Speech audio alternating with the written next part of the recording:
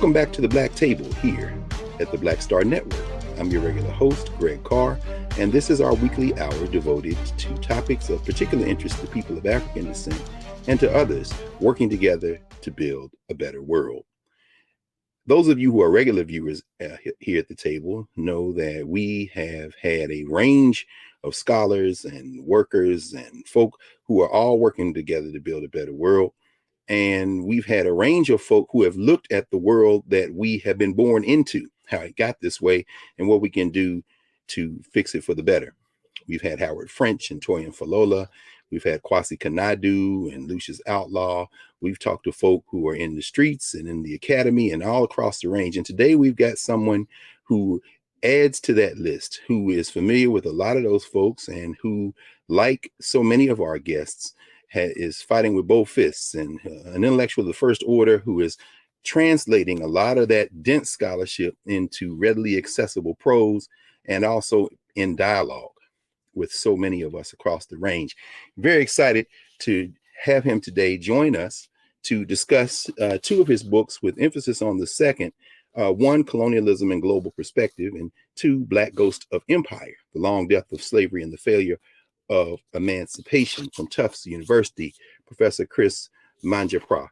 And he, or Manjapra, as I should say, he would be too polite not to correct, but glad to have him, a son of the Bahamas, a professor, as I said, Tufts University, an award-winning professor. In fact, he won the 2015 Emerging Scholar Award from Diverse Magazine. A brother who has been a fellow at the Berlin Institute for Advanced Study, the Radcliffe Institute for Advanced Study, and as we used to say in grad school, UCLA, or they call it the University of California at Los Angeles. Chris, it's good to have you here at the Black Table, brother.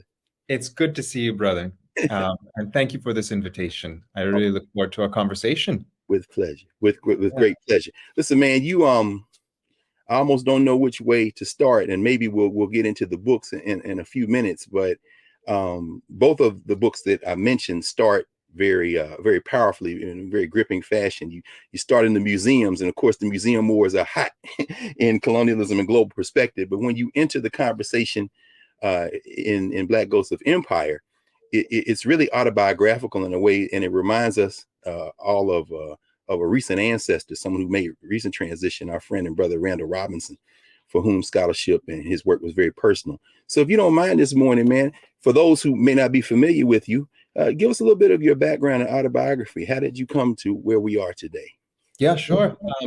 So, and the book begins on that note. I go back home in the beginning of the book, and my home is the island where I was born, Bahamas, Nassau, and my people come from the bigger island of the Bahamas, Andros, which also is the least populated. And, on the northern coast, there's a town called Mastic Point. That's where my family's from.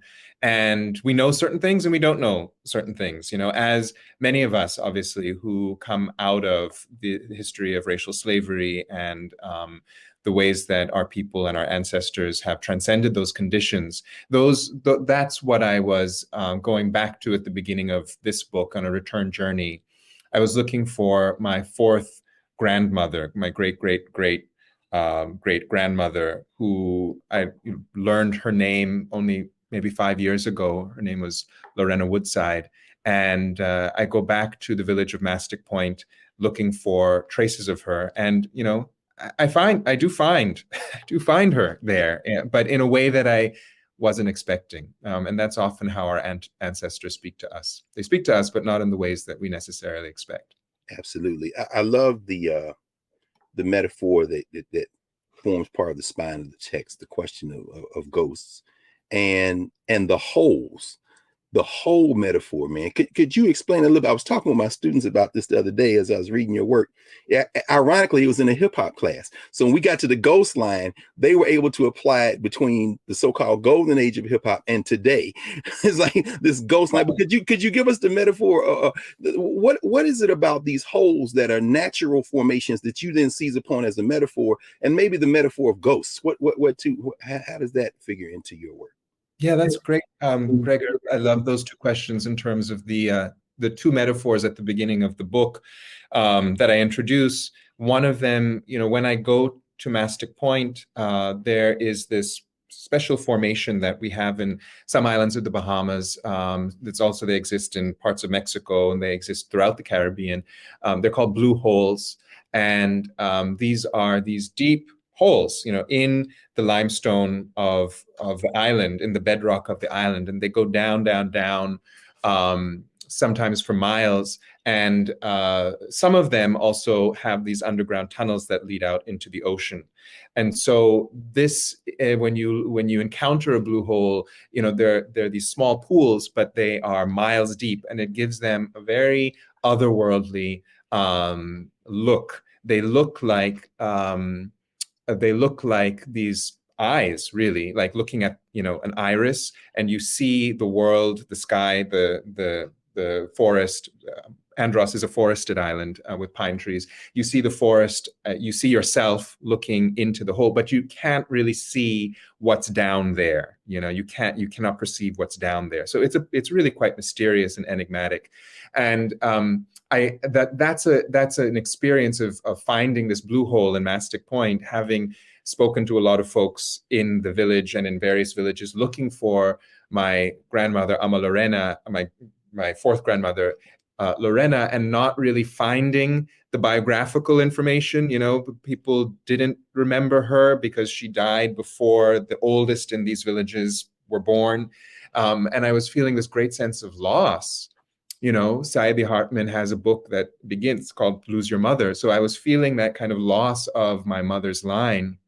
But as I was preparing to leave Mastic Point, what this friend, Tyrone, did is he took me to the blue hole, and I felt her presence there at that hole, which was simultaneously, an emptiness, a void, but it was also a presence. It was a mystery. And I think that is a really powerful experience. And I weave that throughout the book of how people of the African diaspora we have holes in our history, in our personal history, but these holes are not just absence, they're also this mysterious presence. And we can talk more about that. It's, and a lot of the mobilization and the strength that we have and that our people have, I think, comes from these kinds of quote unquote holes. The second metaphor is ghost lining, which I connect to the holes in our history, but in these holes live various kinds of ghosts. And there's a different kind of ghost that I'm talking about when I talk about ghost lining. So we have red lining. Yes. We have the color line. We're used to thinking about what race does as drawing lines, right? What race does is it divides. It creates a division, segregation, apartheid. It's all about drawing a line.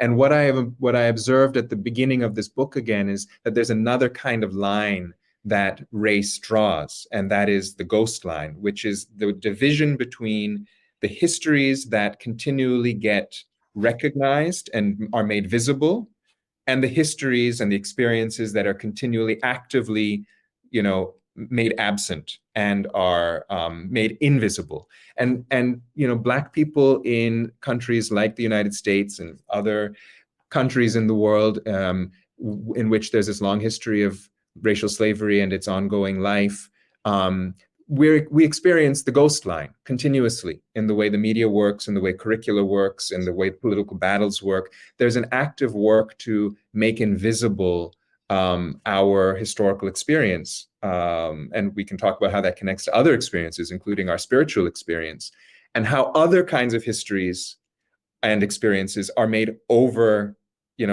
visible, are overrepresented. That's race at work. And it's just a dimension of how racial politics works that I think it's really useful and helpful to bring into view, right? It's a battle over our minds and our consciousness. That's what the ghost line is trying to draw, is trying to divide. Absolutely. I mean, it's one of the things I found very compelling about your work is that it is deeply spiritual. I mean, it has the rigor and the precision of the social sciences. You sprinkle the humanities as you were talking. Of course, you use James Baldwin, and you kind of close out with Baldwin a little bit in a poem, then tribute of Paul Robeson in Colonialism and Global Perspective. It's interesting because I remember was it Baldwin that said that, love helps you recognize what you don't remember. And you talk about the solutions to this world we live in, this in Black Ghosts and Empire to end, when you talk about recreating sovereignties and social reciprocities with love at the center. And when you were describing the void, obviously in the Western sense, that might be received differently, but you complicate it in a way to say, no, I feel them here. And that search, particularly in Black Ghosts of Empire, and I know we'll get into it as you're talking about these folk, whether it be Ed Blyden or those Spelman missionaries or the great Martin Robeson Delaney. Very few people talk about Blake, so I want you to talk about, at least not enough people, I'll put it that way. All of this searching. But when we come back, man, I hope you can help us, perhaps with the first book, talk about these forces that we have been born into and how you help us think about them systemically, but also in terms of our resistance to them. And maybe before it's over, this conversation, you'll tell us a little bit about this this center that you, well, the department that you helped found, Race, Colonialism, and Diaspora, because if we're gonna get out of this mess, I suppose we're gonna need some rigorous thinking and some application of the thinking. So Chris, we're going to take a break. When we come back on the other side, maybe we can start with a little bit of colonialism and global perspective. You can help us think through about how these systems formed and how we have resisted them. So we'll be back here at the Black Table with our friend Chris Manjapra here back in a moment.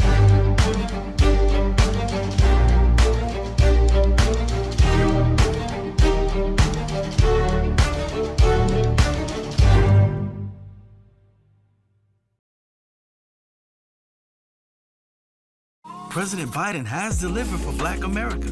More funding for Black entrepreneurs. Millions of new good-paying jobs. He's lowering the cost of medications and the cost of living. Joe Biden is delivering for us, and that's the facts.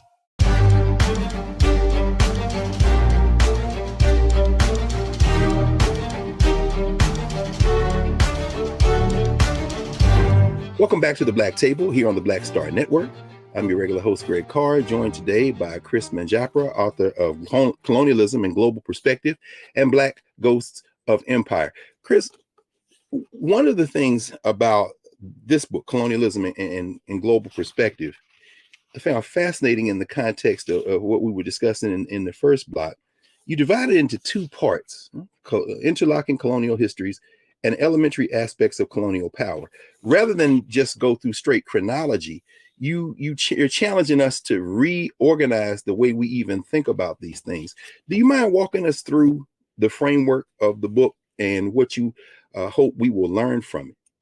Yes, of course. And it's a good exercise for me because I wrote the book some time ago, so it's going to remind myself and refresh myself. Well, I'll tell you this, as we know, those of us who comic book fans, Killmonger is a central figure in Black Panther. But when Michael B. Jordan played him in the first movie, I don't know that they were going to make him a recurring character. But when he smashed and grabbed that stuff back out of the museum, the Black people were like, yeah. And so they had to bring him back. You opened this book in the museum, man. I said, I like this guy. That's right. Go ahead, please. That's right. Yeah. The brief thing about the intro to the book, and I'm interested in doing more work on this subject as well, is, we don't think about, maybe we do think about, but it's really worth stopping and reflecting on the fact that the history of colonialism has led to a great necropolis, a great hoard of objects, and even of bodies, because colonial powers were collecting the bodies of the enslaved and the colonized and bringing them back to European museums and holding them in these museums. And so when we look at natural history museums across Europe and across the United States, for example, the New York Natural History Museum has a lot of these kinds of objects, which shouldn't be called objects, but rather sacred entities, because many of them are ancestors. United States libraries and universities, hold these kinds of entities as well. What the beginning of the book kind of reflects on, and I use the example of the Belgian Royal Museum, has a lot of materials that it collected from the Congo, and it has a lot of remains of ancestors there.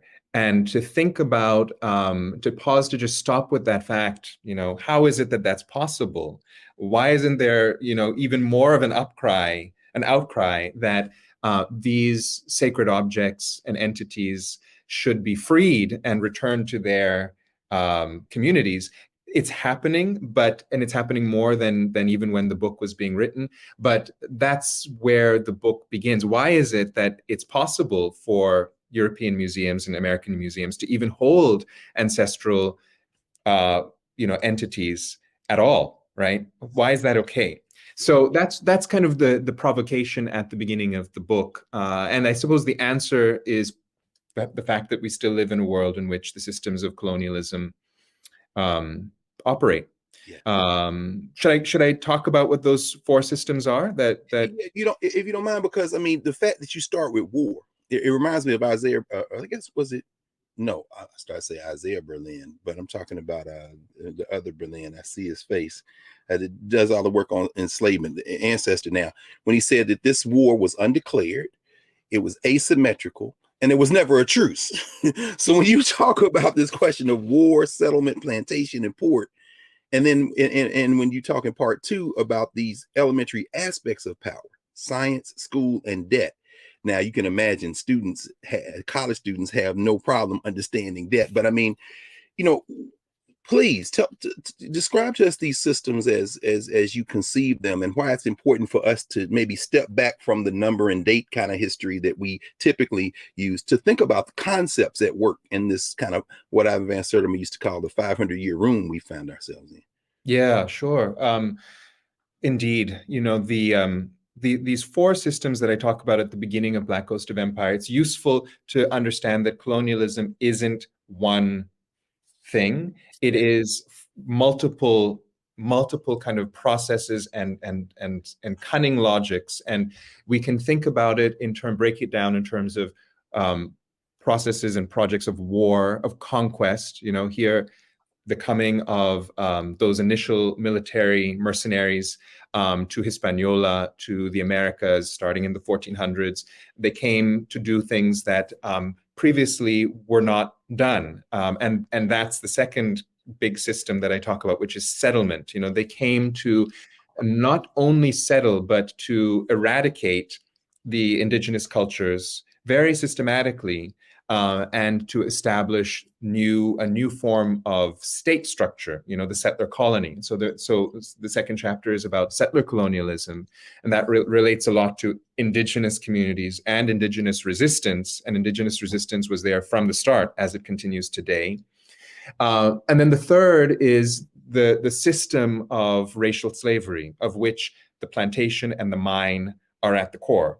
Plantations and mines are obviously places of extraction, of extreme extraction with the hope of extreme accumulation. But they're more than that. What is unique about racial slavery and why it's different from any other slavery, there are many kinds of slavery in history. Why it's different from any other kind is that it was the attempt to own as a property right, not just human beings, but to own the generativity, the life force of human beings, here African human beings. And that specifically meant the ownership right over Black women's wombs. That's what makes racial slavery distinctive. It's partum ventris sequitur, that law, which is that which follows from the womb is also my property, right? That's the unique piece. And we can talk more about that, but it was a very distinctive kind of cunning logic to own the generativity of Black people by trying to own the womb of the Black mother. And then finally, the last one is what I call the port system, which is the use of new infrastructures, of steamships, of war machines, in order to connect different ports and then to move into the hinterlands across the earth. And Asia really became the focus for port colonialism by the time we come to the 1700s. So really the first part of the book is saying indigenous people, Black people, and Asian people, and also European people, because there are many different groups within Europe who are subordinated. We actually all are being, to use that language, locked together our histories are locked together through these interlocking histories of the multiple colonialisms. Yes. Therefore, we actually have a common cause to be thinking about in terms of what does decolonization, what does liberation mean if we're actually all linked in a particular way, through these histories. Yes. And then it really resonated as well for me when you start talking about these resistances, the various forms, the ways that we resist. What did you call it? Actions and non-participation.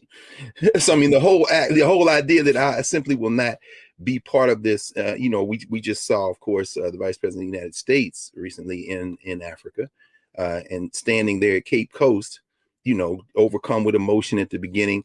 But I couldn't help but reflect on what you wrote with regard to Walter Rodney and the participation of Black elites, and how that participation sometimes continues. And even though the vice president's there with a bunch of HBCU presidents, it's very nice. I'm thinking about the underclass in Ghana who is pushing back against President Addo and all them, and then she's in Tanzania, and then in Zambia, where her grandfather was stationed with Kenneth Kaunda. And then, but as you're writing about this question of domination, these questions of settler colonialism, you're also writing about resistance. Yes. So this isn't one of those kind of things like we just know people just took it. And it's really, before we get to even instances of resistance and Black Ghost of Empire, you talk about these logics, these technologies of domination with regard to science, school, and debt. Do you mind saying a word about that, and then we'll take a break and come back? How do those three concepts operate in this field of perpetual violence and resistance that we find? So the brief answer to your question, if there's time in this segment, would be, science created ways of talking about the world that categorized and assigned people into places according to things like skin color, or things like, what part of the world they were born in. It created a hierarchy of which white supremacy, was organizing, through which white supremacists were organizing the world. So there was a way that knowledge, that science is playing a role in racialization, and that helped the colonial project. Certainly debt is another example of, in other words, I think the key point here is that weapons that colonialism uses are not always going to be the gun and the spear, right? They're going to be other kinds of weapons. And one of the key weapons is debt, to make certain groups of people, racialized groups, to make them holders of burdens of debt, thereby makes them indebted. And if they're indebted, then they are subjected and subordinated, and they become more open to criminalization. So debt is an invention that actually serves the colonial project. And we could think about schools and curricula as another kind of invention that has served colonial. Think about the way we teach history, right? So colonialism is cunning, and it has a lot of different tricks up its sleeve. But guess what? I mean, the colonized people have a lot of tricks up their sleeve too. I think that's really important to emphasize. This is not a one-sided story. Absolutely. Listen, man, let me apologize, Chris, in advance, because those of you, and I encourage everyone to get both books, but particularly the one we've been talking about so far, mostly Colonialism and Global Perspective, Cambridge University Press. There are a lot of our viewers who have gone out and purchased these texts. And please forgive me for you doing a ruthless synthesizing of the main points in an academic text in about. Believe me, as a historian, I love it, because it means people in a little classroom might hear about the material, right? So I'm happy. I'm happy. Good, very good, because that is our objective, brother. We want everybody. We want Cambridge to be like, where are these orders coming from? So everybody out there who's listening knows what you can do. Just go ahead, get on the website, order the book. Yeah, absolutely. So when we come back, we're gonna get more heavily into Black Ghosts of Empire, so we can talk about these resistances that you literally weave throughout this text. So we'll be back with Brother Chris Manjapra, author of both these texts, in a moment here at the Black Table.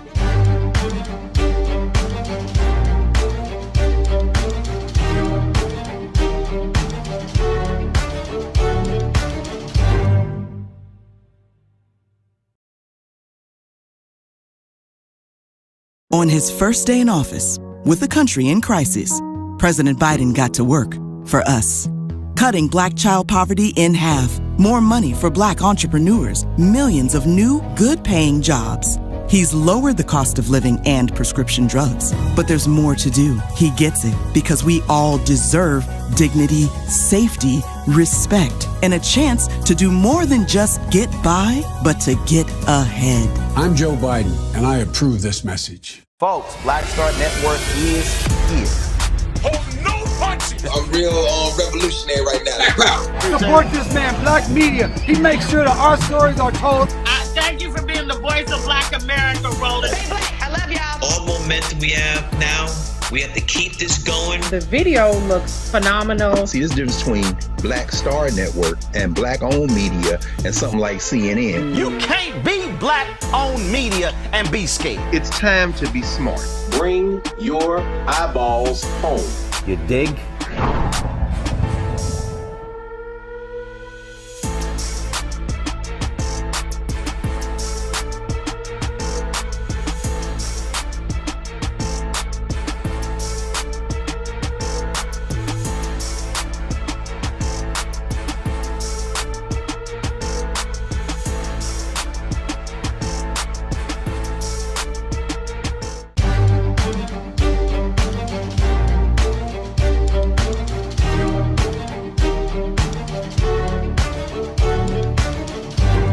Welcome back to the Black Table here on the Black Star Network. I'm your regular host, Greg Carr. Remember to support the Black Star Network.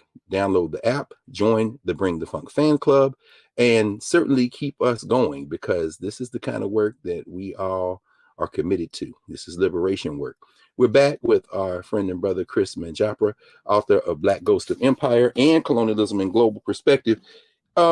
Chris, in Black Ghost of Empire, and, obviously, you are a well-heeled academic, published a number of things. And then this book kind of more broad audience, perhaps you might think.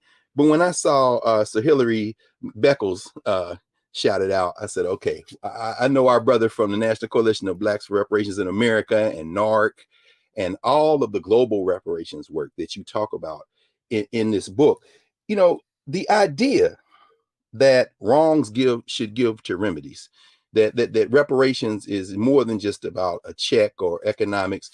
You really ground that conversation with Black Ghosts of Empire. I mentioned at the beginning how my students in the hip hop class I teach at Howard, they seized that ghost line metaphor to really explore how they knew virtually nothing of hip hop of the 1970s, 80s, and 90s.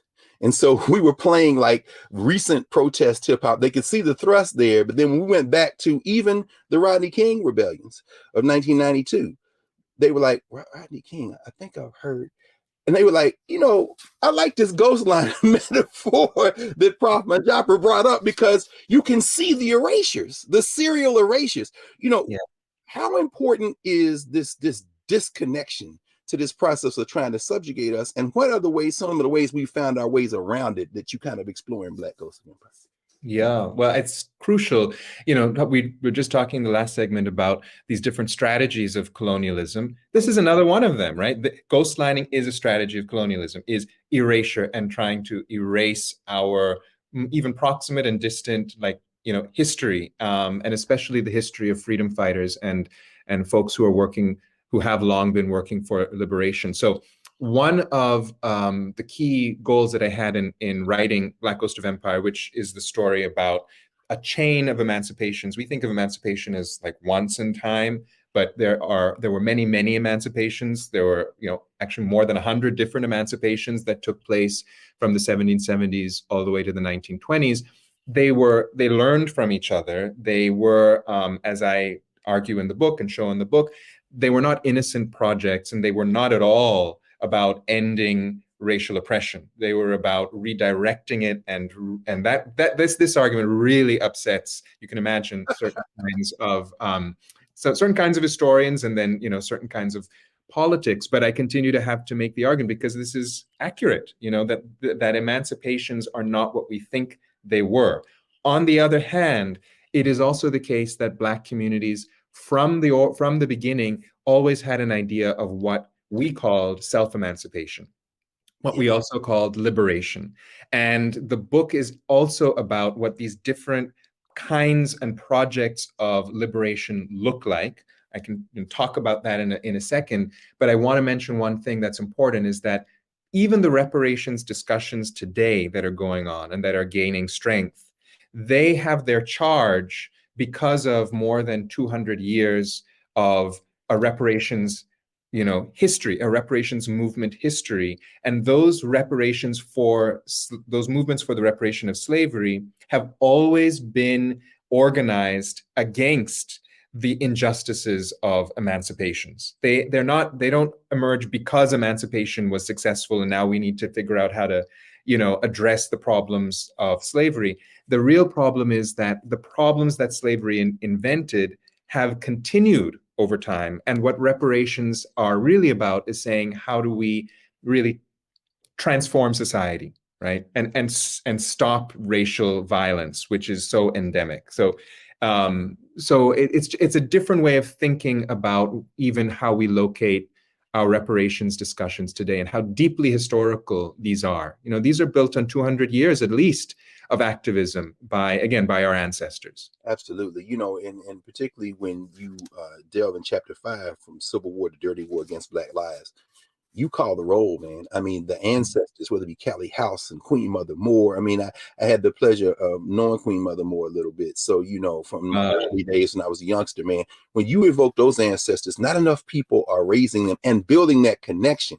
And I'm quite sure that there are many in the academy who are upset when you say that emancipation, what do you say? It's not the end, it's a new beginning. They don't like that, brother. They have made that clear.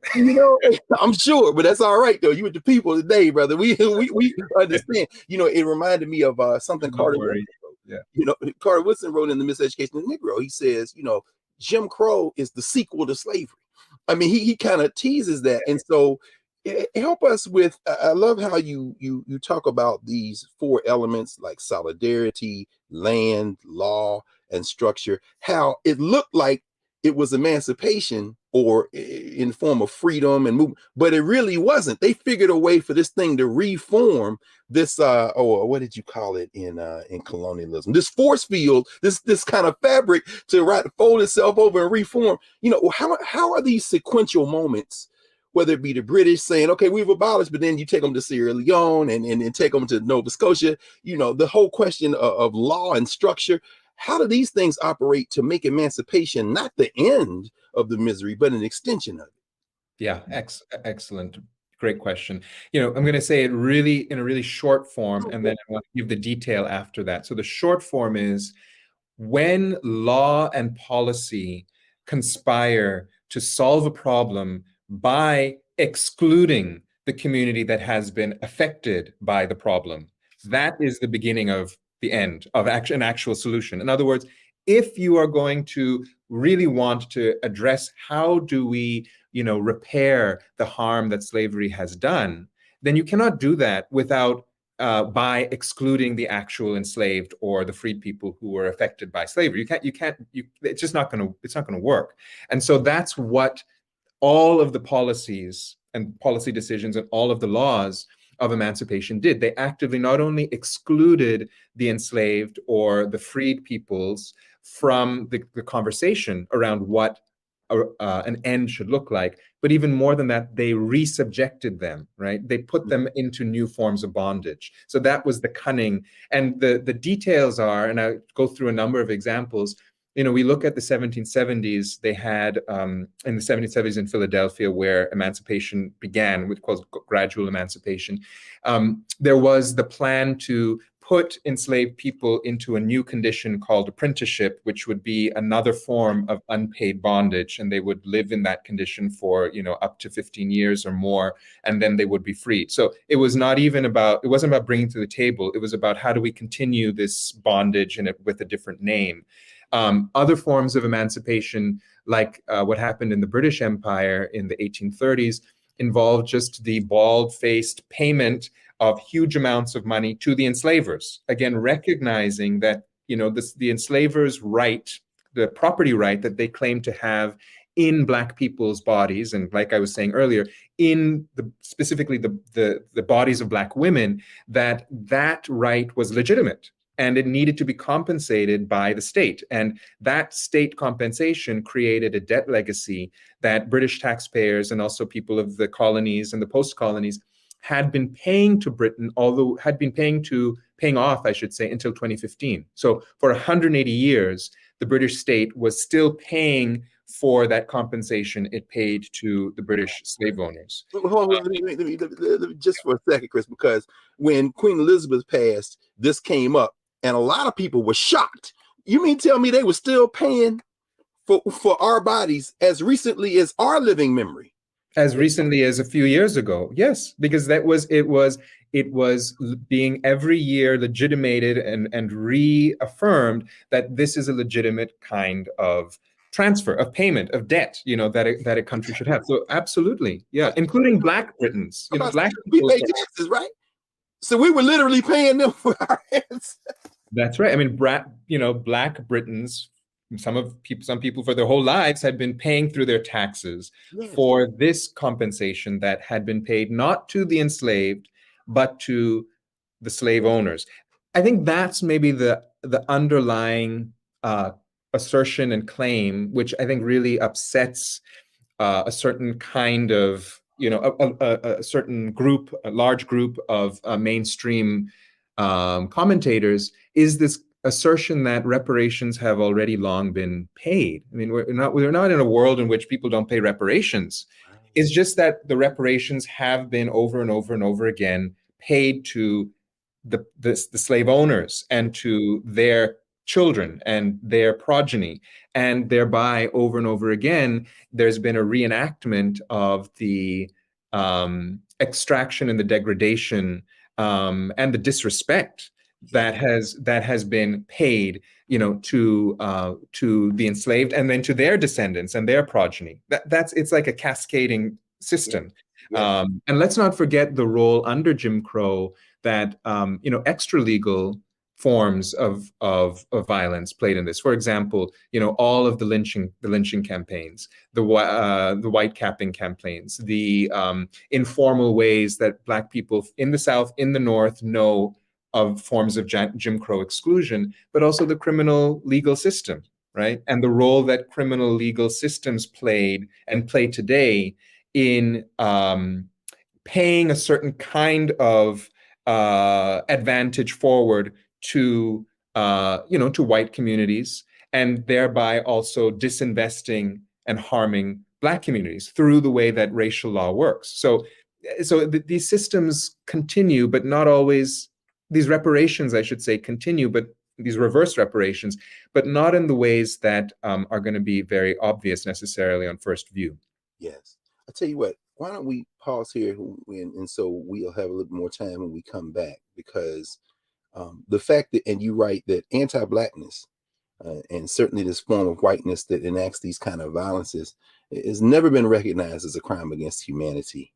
I was at the United Nations a few weeks ago, and just seeing the energy of it actually was the week when they were talking about various issues of particular concern to women. And to see all these women, particularly women of African descent from all over the world convening, given what you've just said and written. And of course, think about Michael Gomez, who talks about that the assault on Black women in many ways is at the center of the formation of Blackness in the modern world. There was our resistance to it. You feel a sense of hope. And I think you write about this hopeful suspension of final judgments. But then you realize that this framework, we're going to have to overflow the framework, because even though the conversation is good, nothing is going to change until the people organize. So maybe we'll take our break. When we come back, you can walk us through some of the things you write about in terms of these forms of resistance that we have found ourselves creating to overflow the boundaries of these systems. So we'll do that when we come back in a moment, in our final segment here at the Black Table with Professor Chris Manjapra of Tufts University, author of the book we're talking about right now, Black Ghosts of Empire, The Long Death of Slavery and the Failure of Emancipation. Back in a moment here at the Black Table.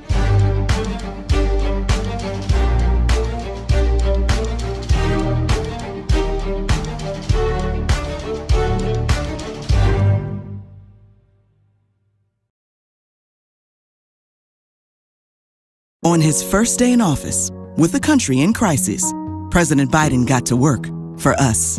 Cutting Black child poverty in half, more money for Black entrepreneurs, millions of new, good-paying jobs. He's lowered the cost of living and prescription drugs. But there's more to do. He gets it because we all deserve dignity, safety, respect, and a chance to do more than just get by, but to get ahead. I'm Joe Biden, and I approve this message. Don't you think it's time to get wealthy? I'm Deborah Owens, America's Wealth Coach, and my new show on the Black Star Network focuses on the things your financial advisor or bank isn't telling you. So watch Get Wealthy on the Black Star Network.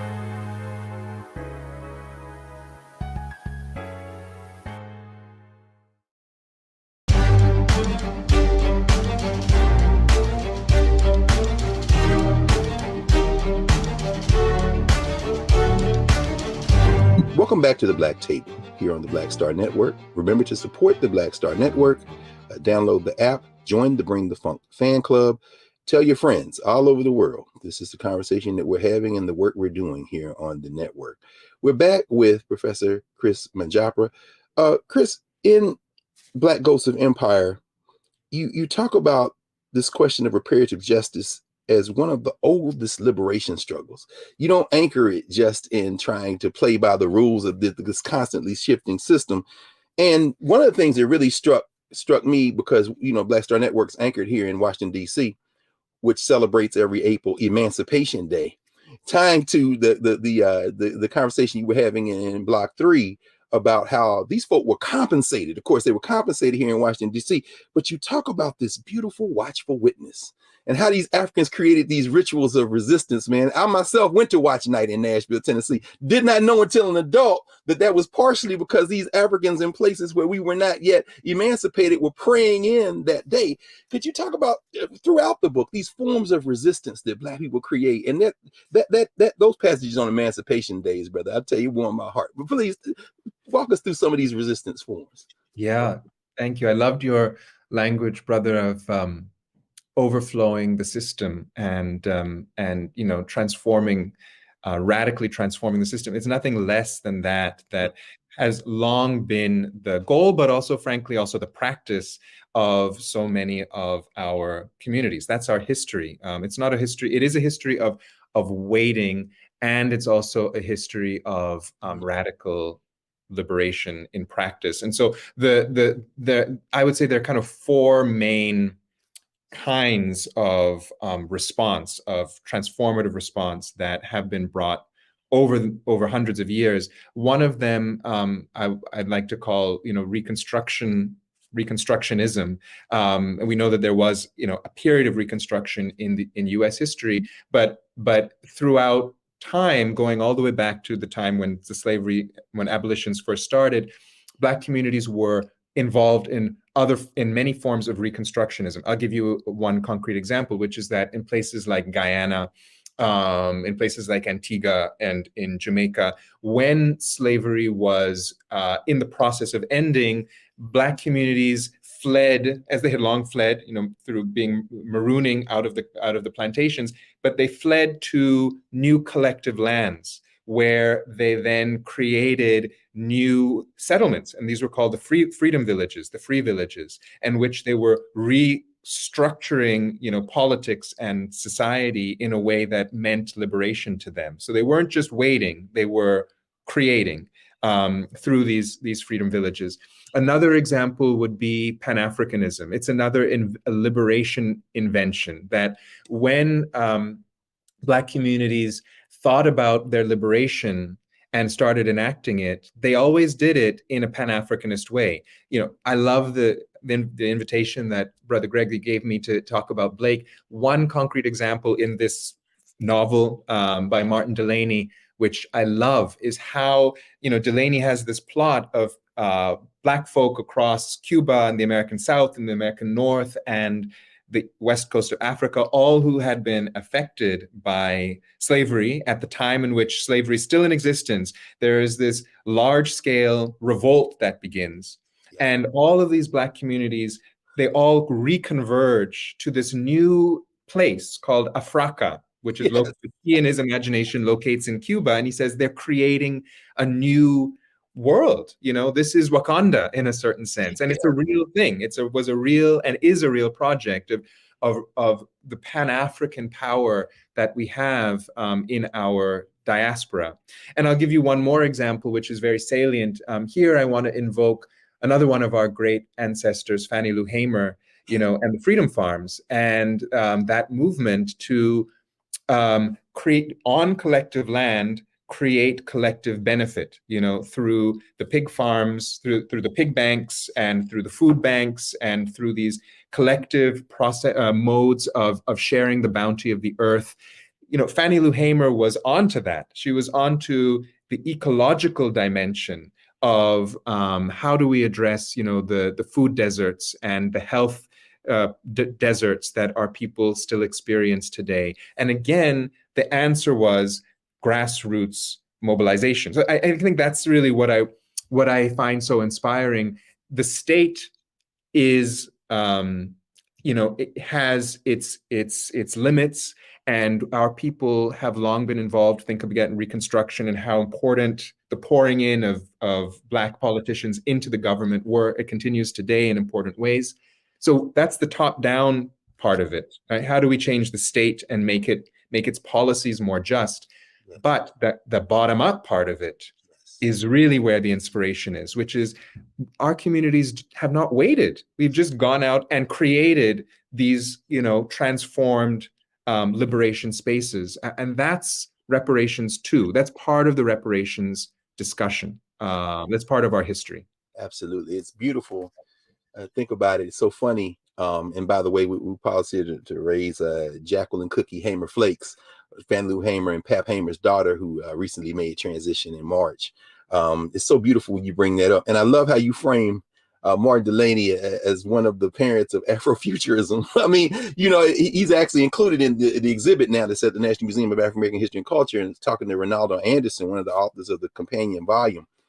And so it always like, okay, we read Frederick Douglass, we read Harriet Jacobs, but Blake, and it seems to me like Blake is the one that the children would love. This guy, Blau, is no joke, man. So right. It's like you go watch Black Panther and then you got to read Blake, right? Because he's there. No, so I'm sure he's on that wave. Yeah. Taking notes. Go get Blake or the Huts of America, y'all. But you bring the book to a close, evoking something that now everybody knows about in the United States and around the world, increasingly, Juneteenth. You marry Ralph Ellison, which I'm sure if Ellison was here, he might be spinning it. Wait, you just married me to these Black nationalists? Anyway, but I thought about it, man. Last summer, of course, Juneteenth, now a federal holiday in the United States. The Juneteenth flag is red and blue with this white little star in the middle. But these American Negroes made it red, black, and green. You understand? Now, this is not supposed to have anything to do. Could you talk about how Juneteenth and those Emancipation days and this network of this kind of placemaking among African people is kind of representative of this liberatory spirit? And of course, you got Black Lives Matter in here, and in the previous volume, you see the connections, you evoked all that work. How are these things helping us not to wait on anything, but basically repair ourselves, personhood, as you talk about? Yes. I mean, what a great way to think about what our Juneteenth celebration, what any of our other emancipation celebrations. So here I'm thinking about also the August 1st Caribbean emancipation celebration, which are important to our people. What the spirit of the celebration is, it's not it's not really a celebration of the successful end of racial oppression and slavery. So it's not that kind of a celebration. But what it is what my dear sister and one of our great living thinkers, Black thinkers, Erna Broadbur, who lives in Jamaica, what she says, it's an opportunity for our people to come together and talk about our business.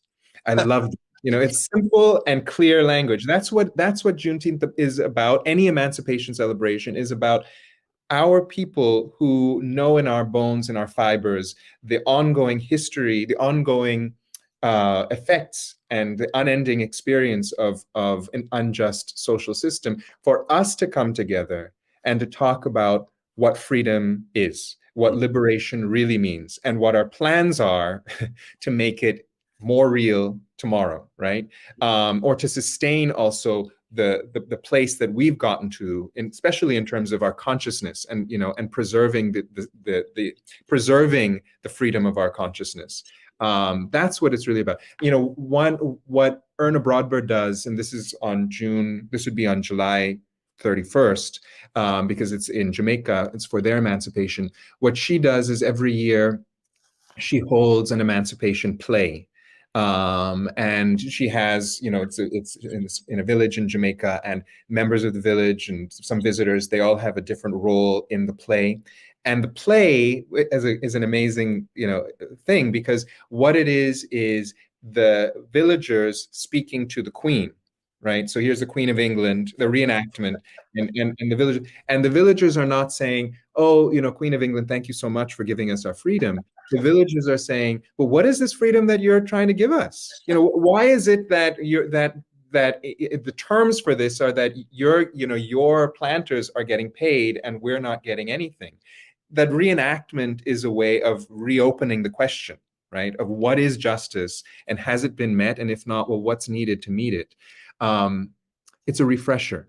It's a refresher for our spirit. That's what Juneteenth is for. Yeah.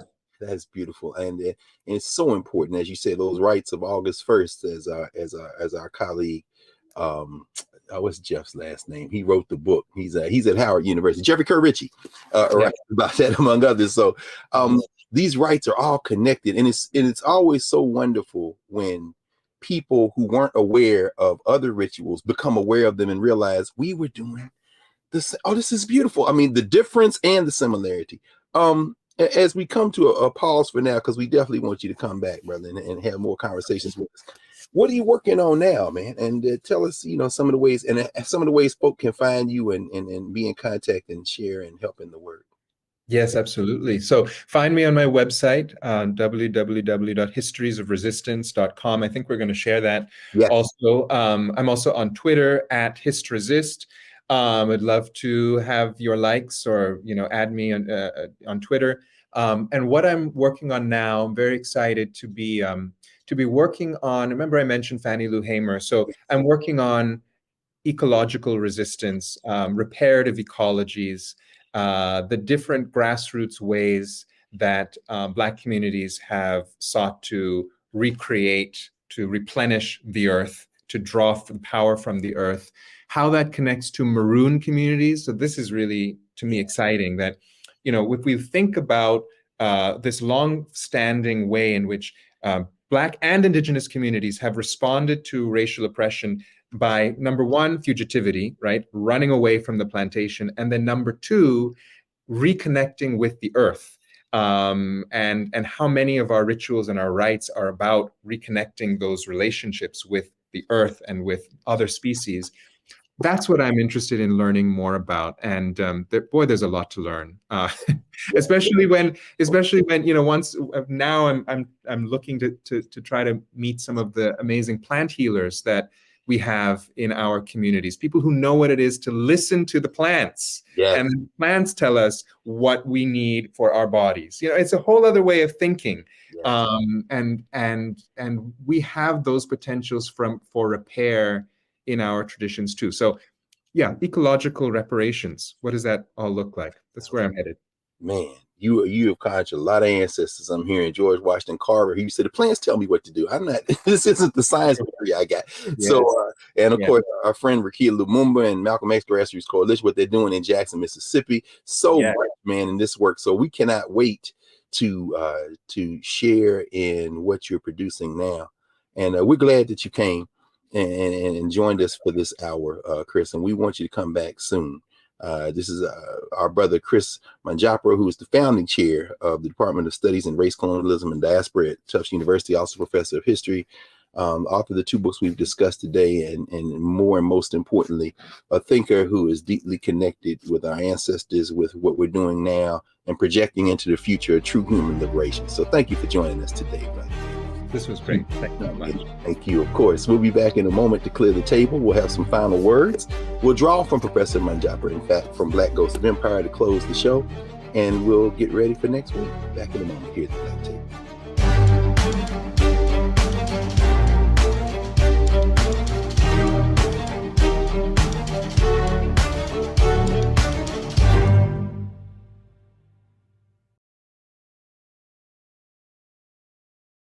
President Biden has delivered for Black America. More funding for Black entrepreneurs. Millions of new good-paying jobs. He's lowering the cost of medications and the cost of living. Joe Biden is delivering for us, and that's the facts. Hatred on the streets, a horrific scene, a white nationalist rally that descended into deadly violence. White people are losing their damn minds. As an angry pro-Trump mob storms the U.S. Capitol, we've seen shootings. We're about to see the rise of what I call white minority resistance. We have seen white folks in this country who simply cannot tolerate Black folks voting. I think what we're seeing is the inevitable result of violent denial. This is part of American history. Every time that people of color have made progress, whether real or symbolic, there has been what Carol Anderson at Emory University calls white rage as a backlash. This is the rise of the Proud Boys and the Boogaloo Boys. America, there's going to be more of this. Here's all the Proud Boys, guys. This country is getting increasingly racist in its behaviors and its attitudes because of the fear of white people. The fear that they're taking our jobs, they're taking our resources, they're taking our women. This is white fear.